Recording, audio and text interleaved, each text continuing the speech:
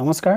সকলোকে Assamese educational জ্ঞান YouTube চেনেলৰ আন এটি নতুন ভিডিঅলৈ স্বাগতম জনাইছো মই Anupam Das assistant teacher social science আজি আপোনালোকক এক গুৰুত্বপূৰ্ণ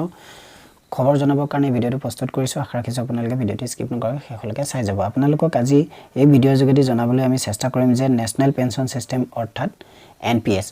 আপোনালোকে গমই পাইছে যে 2004 চনৰ পিছৰ পৰা অৰ্থাৎ 2005 চনৰ পৰা যে সকল কৰ্মচাৰীয়ে চৰকাৰীভাৱে নিযুক্তি লাভ কৰিছে সেই সকল চৰকাৰী কৰ্মচাৰীৰ কাৰণে ওপিএছ অৰ্থাৎ অল পেনশন সিস্টেমৰ বিপৰীতে নেশ্যনেল পেনশন সিস্টেম এনপিএছ বাহাল ৰাখিছে আৰু এই এনপিএছ বাহাল ৰখাৰ বাবে চৰকাৰী কৰ্মচাৰীসকলে বিভিন্ন ধৰণৰ সা-সুবিধাৰ পৰা বঞ্চিত হৈছে আৰু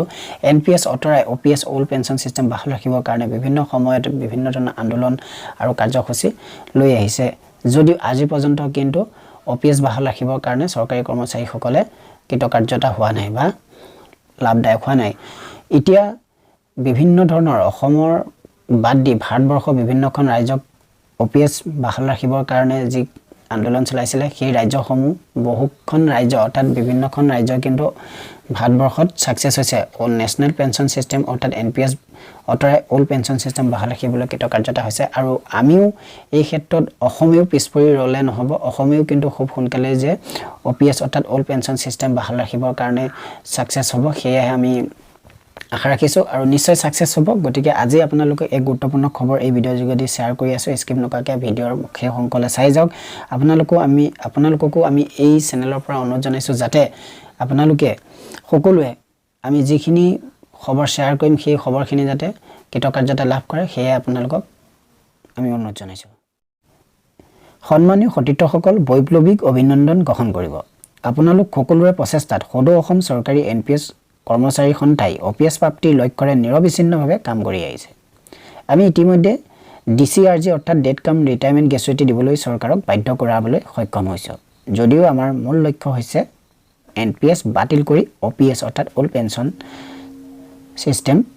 বা সাৰ্ভিস লাভ কৰাটো হয় এই ক্ষেত্ৰত চৰকাৰৰ সৈতে কেন্দ্ৰীয় সমিতিয়ে নিৰবিচ্ছিন্নভাৱে যোগাযোগ ৰক্ষা কৰাৰ উপৰিও বিভিন্ন ধৰণে হেঁচা প্ৰয়োগ কৰি আহিছে আমি অনুভৱ কৰিছো যে চৰকাৰে আমাৰ সমস্যাটো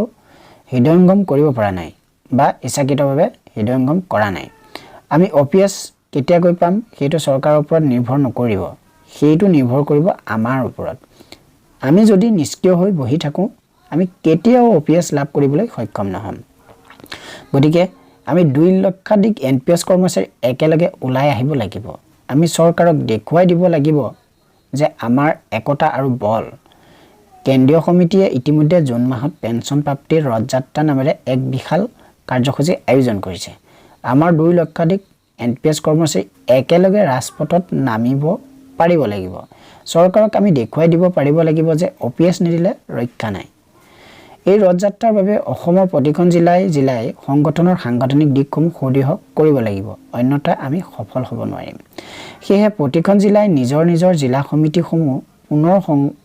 গঠন কৰি সক্ৰিয় কৰি তোলক জিলা সমিতিৰ অন্তৰ্গত আঞ্চলিক সমিতিসমূহ পুনৰ গঠন কৰি সক্ৰিয় কৰি তোলক জিলা সমিতিসমূহৰ বাৰ্ষিক বৰঙনিসমূহ সংগ্ৰহ কৰক যিবোৰ জিলা সমিতিয়ে বাৰ্ষিক বৰঙনিৰ ৰচিদ বহি কেন্দ্ৰীয় সমিতিৰ পৰা সংগ্ৰহ কৰা নাই সেই জিলা সমিতিসমূহ অনতিপলমে কেন্দ্ৰীয় সমিতিৰ পৰা ৰচিদ বহি সংগ্ৰহ কৰি সোনকালে নিজৰ হাতলৈ আনক মনত ৰাখিব জিলা সমিতিসমূহৰ বলেই হৈছে গোটেই সংগঠনটোৰ পৰম বল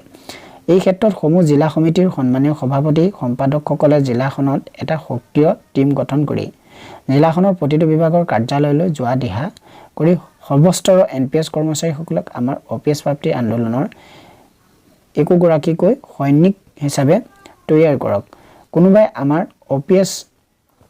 কৰিব দিব এই ধৰণৰ বশৱৰ্তী হৈ থাকিলে নহব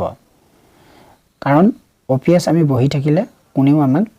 অল পেনশন সিস্টেম বা ওপিএছ ঘৰত আহি দি নাযায় আমাৰ প্ৰতিগৰাকী সৈনিকে সততাৰে আৰু সাহসেৰে যুঁজ দিলে ওপিএছ অৰ্থাৎ অল পেনশন সিস্টেম বাহাল ৰাখিবৰ কাৰণে আমাক বেছি দিন নালাগিব এনপিএছ হাৰিব ওপিএছ নিশ্চয় জিকিব জয় অসম সদৌ অসম চৰকাৰী এনপিএছ কৰ্মচাৰী সন্থা জিন্দাবাদ